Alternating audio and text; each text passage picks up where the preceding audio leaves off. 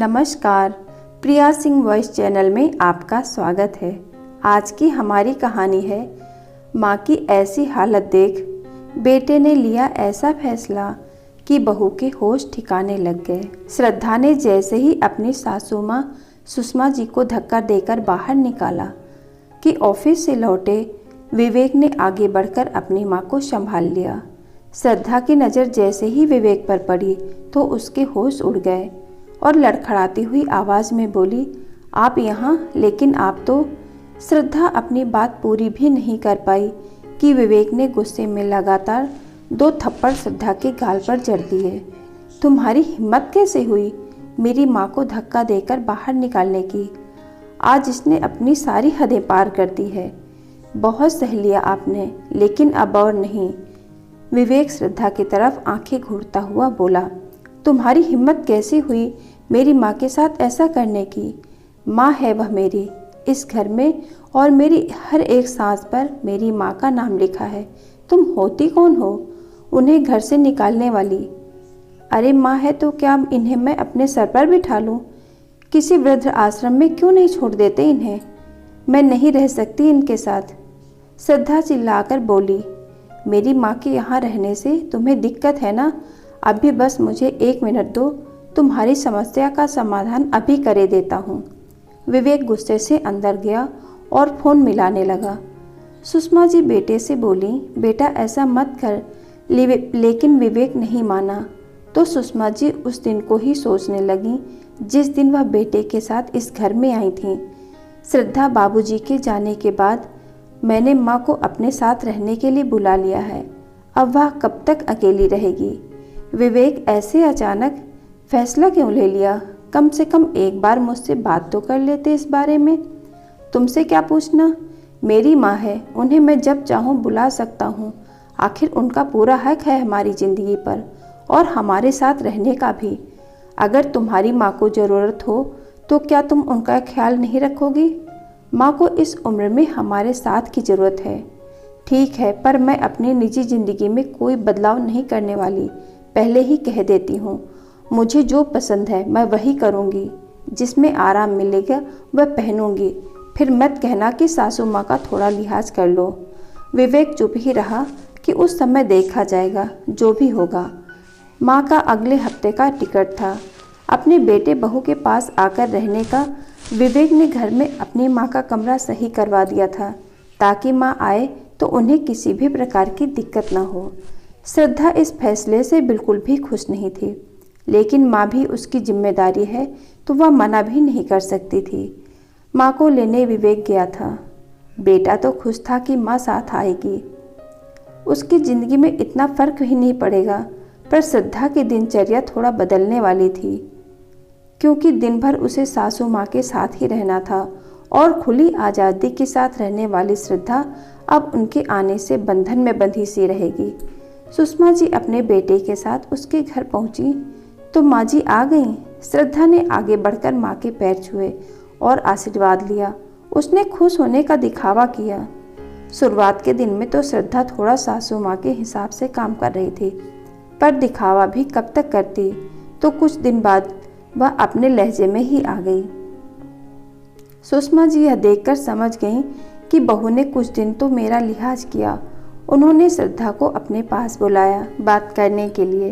बहू, मैं जानती हूँ कि तुम अपनी ज़िंदगी अपने तरीके से जीना पसंद करती हो, पर मुझे इसमें कोई भी दिक्कत नहीं है। तुम जैसे रहती आ रही हो वैसे ही रहो। मैं तुम्हारे साथ रहूँगी तो मेरा मन लगा रहेगा और घर का भी ध्यान रख लूँगी, और जैसा तुम कहोगी मैं वैसे ही रह लूँगी। बस इसी बात का फ़ायदा श्रद्धा ने अब उठाना शुरू कर दिया। अब तो वह अपनी मनमानी करने लगी। उसका जब मन करता वह घर के काम को अधूरा छोड़कर पूरे दिन घर के बाहर सहेलियों के साथ निकल जाती। फिर सारा काम सुषमा जी को ही करना पड़ता, और जब बेटा शाम को ऑफिस से घर आता तो उसके सामने ऐसे जताती कि पूरे दिन वह काम कर के थक जाती है। धीरे धीरे करके उसने घर के सारे काम सुषमा जी पर छोड़ दिए, और अगर वह कोई काम अधूरा छोड़ देती तो उन्हें ऊपर से ताने सुनाती रहती। यहाँ आकर बस गई है। यहाँ आने से पहले सोचना तो चाहिए था कि बहू बेटे की ज़िंदगी पर क्या असर पड़ेगा। ऊपर से इतना महंगा शहर है, हर चीज़ को खरीदने से पहले सोचना पड़ता है। पर इन्हें इससे क्या मतलब, इन्हें तो सब कुछ बना बनाया मिल जाता है। बहू के ऐसे हजारों ताने सुनकर भी सुषमा जी कड़वे घूंट पीकर रह जाती, क्योंकि और करती भी क्या, बेचारी कहाँ जाए, अब उनका कोई है भी तो नहीं।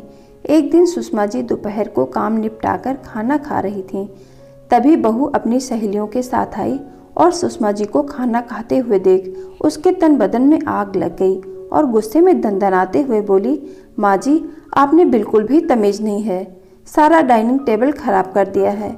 अगर डाइनिंग टेबल पर बैठकर खाना खाना नहीं आता तो ज़मीन पर बैठकर नहीं खा सकती थी, और यह क्या हाल बना रखा है। चलिए उठिए यहाँ से, ढंग के कपड़े और बाल बांधकर मेरी सहेलियों के लिए चाय नाश्ते का इंतजाम करिए। सुषमा जी की आंखें नम हो गईं और आधे पेट उठकर वहाँ से चली गईं।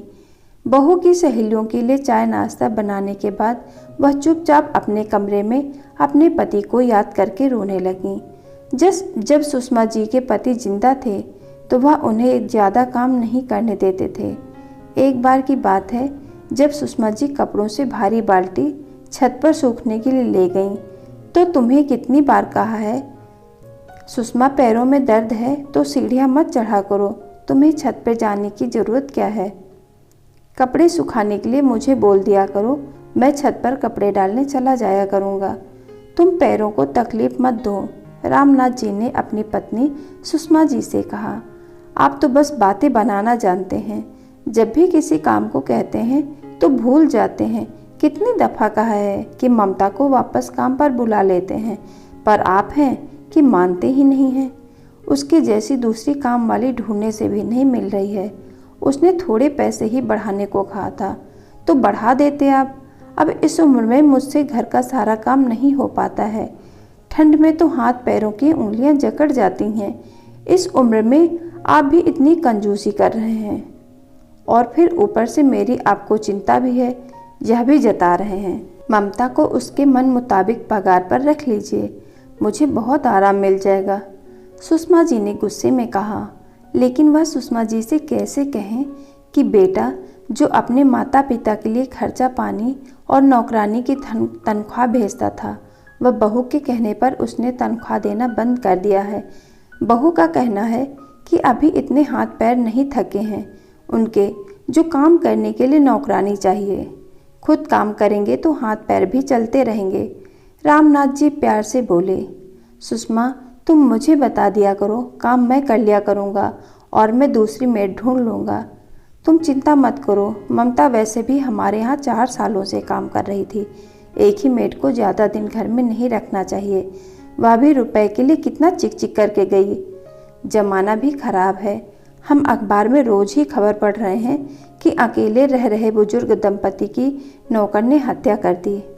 हमें हमारी सुरक्षा खुद रखना है, हम भी अकेले ही रहते हैं, और तुम बहुत जल्दी किसी पर विश्वास मत कर लिया करो। रामनाथ जी ने अपनी पत्नी को समझाने की कोशिश की।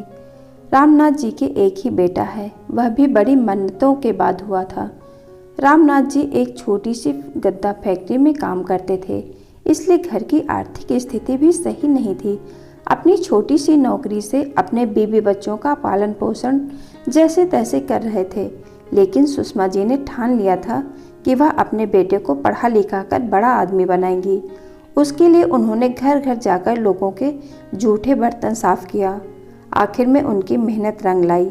बेटा पढ़ लिख कर रेलवे की भर्ती में सेलेक्ट हो गया। बेटे विवेक ने भी अपने माता पिता को संघर्ष भरा जीवन देखा था, इसलिए वह भी उनके दुख दर्द को अच्छी तरह समझता था। बेटे की नौकरी लग गई तो सुषमा जी ने बेटे के रिश्ते की बात चलाई, लेकिन उसने अपनी पसंद की लड़की श्रद्धा से ही शादी की। माता पिता को बेटी की खुशी के लिए हाँ बोलना पड़ा। शुरू में सब ठीक था, मगर बेटी की शादी के 1 साल बाद ही उसका ट्रांसफ़र दूसरे शहर में हो गया और वह अपनी पत्नी के साथ में ही सेटल हो गया। वह तो अपने माता पिता को भी अपने साथ रखना चाहता था, लेकिन उसकी पत्नी श्रद्धा इस बात से बिल्कुल भी खुश नहीं थी। इसलिए रामनाथ जी ने बेटे के साथ जाने से इनकार कर दिया। रामनाथ जी से भी अब कोई काम नहीं होता था, उनकी भी अब उम्र हो गई थी, इसलिए वह अब घर पर ही रहते हैं। बेटे ने एक नौकरानी रख दी थी माता पिता के काम के लिए, मगर बहू ने वह भी हटवा दी थी। लेकिन रामनाथ जी अपनी पत्नी को यह बात बताकर दुखी नहीं करना चाहते थे। एक दिन रामनाथ जी बाजार जा रहे थे तो किसी गाड़ी वाले ने उन्हें टक्कर मार दी और उनकी वही मौके पर मौत हो गई। सुषमा जी पति के जाने से बिल्कुल अकेली हो गई थीं। बेटा सुषमा जी को अपने साथ ले गया, लेकिन बहू हमेशा उसे सुषमा जी के खिलाफ भड़काती रहती। गाड़ी की हॉर्न की आवाज़ से उनका ध्यान टूटा तो वह अपनी बहू के हाथ में एक बैग देकर बोल पड़ी, क्या हुआ बहू, तुम बाजार जा रही हो? वह भी बिना कुछ बताए, ऐसे अचानक। इतना कहते ही सुषमा जी के बेटे ने उन्हें इतनी बुरी तरह से डांटते हुए कहा, आपको क्या ज़रूरत है यह पूछने की? वह कहीं भी जाए उससे आपको क्या मतलब होना चाहिए? आप बस अपने से मतलब रखो, उसकी जानकारी रखने की कोई ज़रूरत नहीं है। आप बस खाना खाइए और अपने कमरे में आराम करिए। विवेक की ऐसी कड़वी बातें सुनकर सुषमा जी अचंभित रह गईं। उसने कभी सपने में भी नहीं सोचा था कि उनका आदर्श बेटा ऐसा कुछ भी कह सकता था। पल भर के लिए वह अपने बेटे का मुंह देखते रह गईं, पर आंखों में तैरते मोती उन्हें कुछ बोलने नहीं दे रहे थे। वह चाहती तो आज अपने बेटे को उसकी बदतमीजी का मुंह तोड़ जवाब दे सकती थीं, पर अपनेपन ने उन्हें यह करने की इजाज़त नहीं दी थी और वहां से चुपचाप अपने कमरे में चली गईं। कमरे में जाते ही उनके सब्र का बांध टूट गया। वह खुद को रोक नहीं पाईं और फूट फूट कर रोने लगीं और अपनी ज़िंदगी को कोसने लगीं। भगवान, मुझे अपने पास बुला ले, मैं थक गई हूँ सबके अनुसार जी जी कर।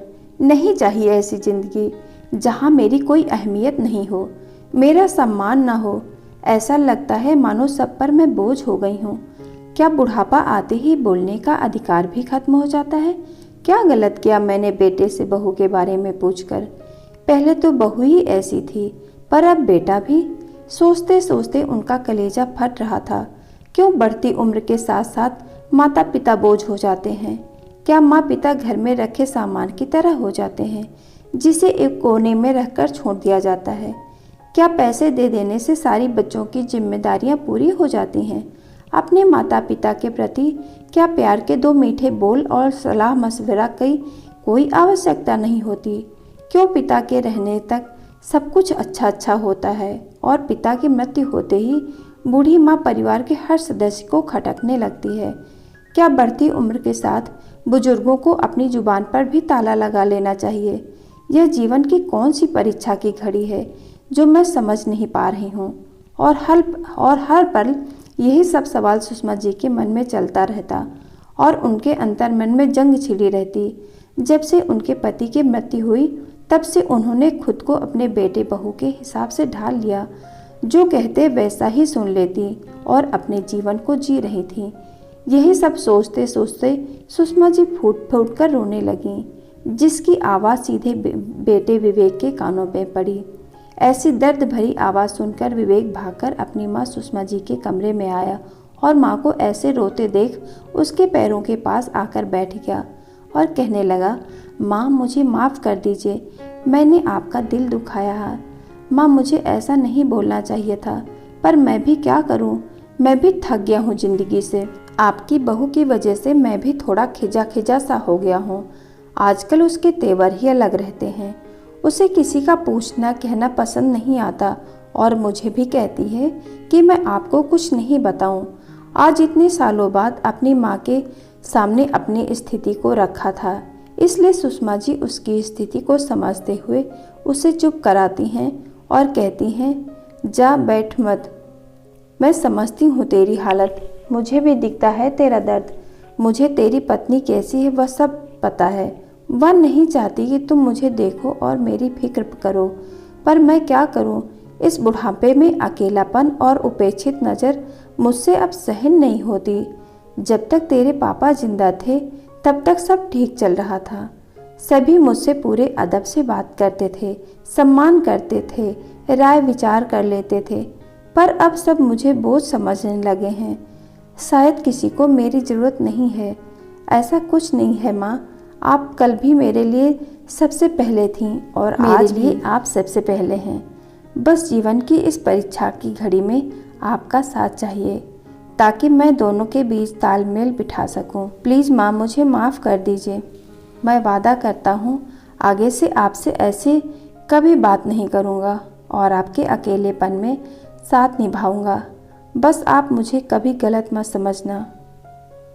बेटा किस दर्द से गुजर रहा था यह सुषमा जी को पता ही नहीं चला था, इसलिए अपने इकलौते बेटे को सीने से लगाकर बोली, माँ भी अपने बच्चों की बातों को भला दिल से लगाती है क्या? वह तो गंगा माँ सी होती है। कितना भी कचरा डालो फिर भी गंगा माँ सबके लिए दर्द हारिणी होती है। आज भी सुषमा जी अपने दर्द को भूलकर बेटे के दर्द को समझकर जिंदगी से समझौता कर लिया था। एक दिन सुषमा जी पोते के लिए रसोई में दूध गर्म कर रही थीं, तो उनके हाथ से गर्म दूध का पतीला छूटकर नीचे गिर गया और सारा दूध जमीन पर गिर पड़ा। सो सुषमा जी के पैर भी जल गए। इतने में श्रद्धा गुस्से में भटकती हुई आई और सुषमा जी का हाथ पकड़कर उन्हें रसोई से बाहर निकाल दिया। श्रद्धा ने ऐसे झटक कर बाहर निकाला कि सुषमा जी गिरते गिरते बचीं और ऊपर से उल्टा सीधा बात कहने लगी। विवेक से अपनी माँ की हालत देखी नहीं गई और उसने 2 थप्पड़ श्रद्धा के गाल पर जड़ता हुआ बोला, श्रद्धा, मैंने आज तक तुम्हारी हर बात मानी, लेकिन अब नहीं। अगर तुम्हें मेरी माँ के यहाँ रहने से इतनी तकलीफ है तो तुम यहाँ से जा सकती हो। मैं अपनी माँ को खुद संभाल लूँगा। यह मेरी माँ का घर है। मेरी ज़िंदगी मेरी माँ की देन है। अगर मेरी सांसों पर तुम्हारा हक है तो मेरी माँ का तुमसे कहीं ज़्यादा अधिकार है। आज तक मैं इसलिए चुप रहा था कि कभी ना कभी तो तुम मेरी माँ को समझोगी, लेकिन नहीं, मैं गलत था। तुम कभी नहीं बदल सकती। यह रहा तुम्हारा सामान, अब निकलो यहाँ से।